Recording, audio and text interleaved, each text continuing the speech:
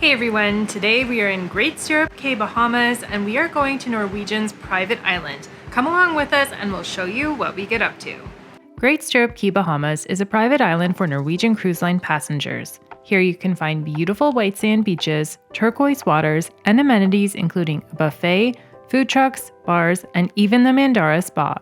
You can rent private cabanas and villas, relax at the beach in the loungers, or be adventurous and zip line, snorkel, or even do a wave runner tour. Here's a tip for you. You need to get your towel before going to the island. But don't wait until the morning of like we did, because we waited in a huge, slow-moving line. So get your towels the day before so you aren't waiting like we were. We had to book our tender times in advance. However, due to the bad ocean conditions, they were moving the line to board from the front and back of the ship, and it was super confusing and extremely slow. We finally made it though after about an hour of waiting in line, even with a pre-booked tender time, and this was still about 2 hours later than we were supposed to leave. As you can see here, the waters were pretty rough, so I understand that they were keeping the passengers' safety in mind.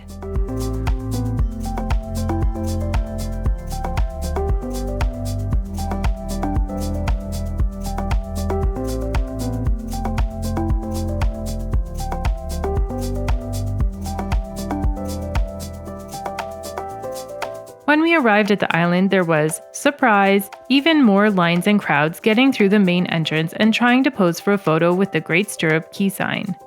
We decided we would come back later, which probably would have been fine if the weather held out, but spoiler alert, it didn't.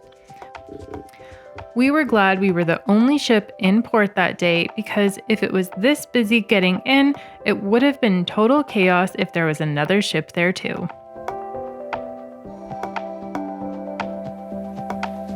We checked out the amenities on the way. There were public restrooms with flush toilets, a big lunch buffet with indoor and outdoor seating, they had water dispensers throughout the island, and it was a paved path to get from one side to the other.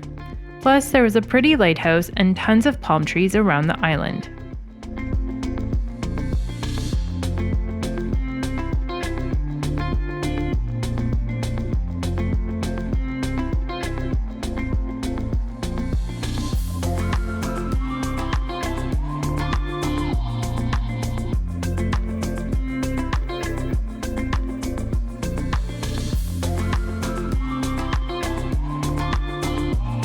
There were numerous beach areas with lots of loungers. Some had umbrellas and they also had clamshells. Both of these could be rented for an additional fee.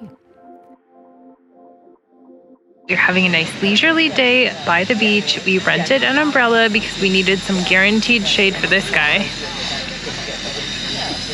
And it just so happens to be right near one of their bars, so it's a perfect area. There's a lot to do here if you want to be active. You can go ziplining, you can go kayaking and do some other excursions as well, but we are just keeping it low-key. We rented an umbrella here. You can sit at these chairs, it seems like, and not put up the umbrella for free, but to rent the umbrella it was $29 US and they just charge it to your card and then it goes onto your room key balance. And we're just enjoying the overcast day, so it's not too hot. It seems like it's going to storm a little bit. We're hearing some thunder rumblings in the distance. And something I didn't know before coming here was that it's located right next to Royal Caribbean's Perfect Day at Coco Cay. So I did get to see the island from a distance because our day there was canceled on our last cruise. So I'm just happy that we were able to get into this private island and enjoy some beach and relaxation.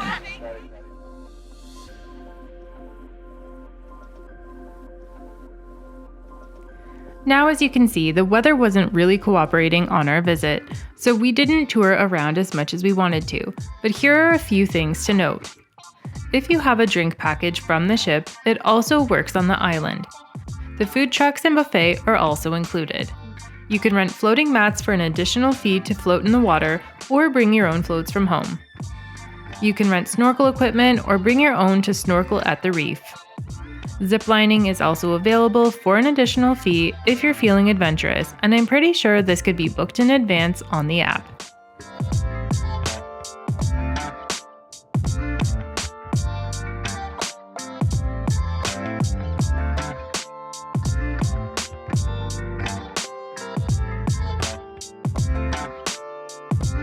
Okay, we are sitting here under our umbrella trying to keep dry because it is raining, thundering, and it just lightninged. Is that a word? Lightninged? Yeah, I think so. It's a word. Anyways, it lightninged, and now everyone's getting kicked out of the water because there are still a few people out there snorkeling in the rain, swimming in the rain, and the lifeguards are going out to get everybody. We decided that we're gonna just hang tight for a little while as long as the lightning doesn't get too bad, because the tenders to get back to the ship are probably really backed up right now, and we have an umbrella, so we're mostly keeping dry.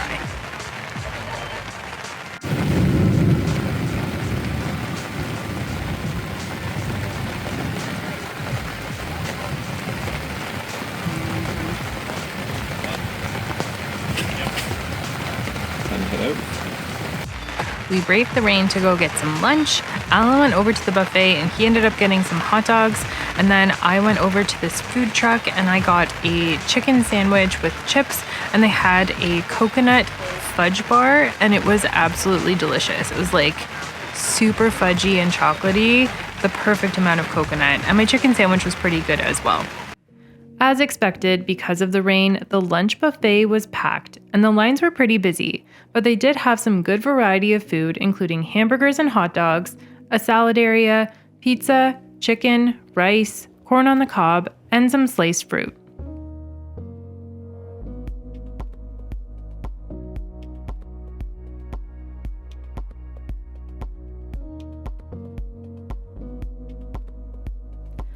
I ventured to the food truck where I got a chicken sandwich, but in hindsight, I wish I got the pulled pork because it looked way better.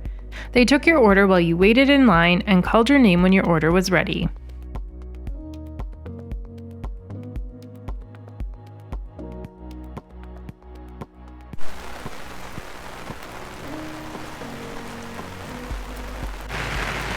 Video games, rain, no sun, can't complain.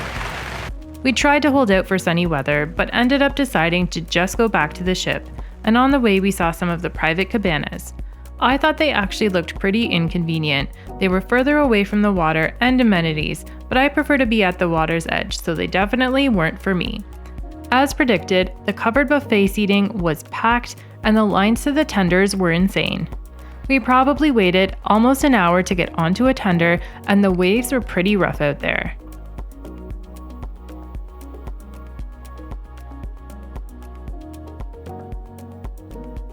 Back on the ship, we dried off and ventured to the atrium for a drink at the bar, watched a movie, and then went to the buffet for a snack.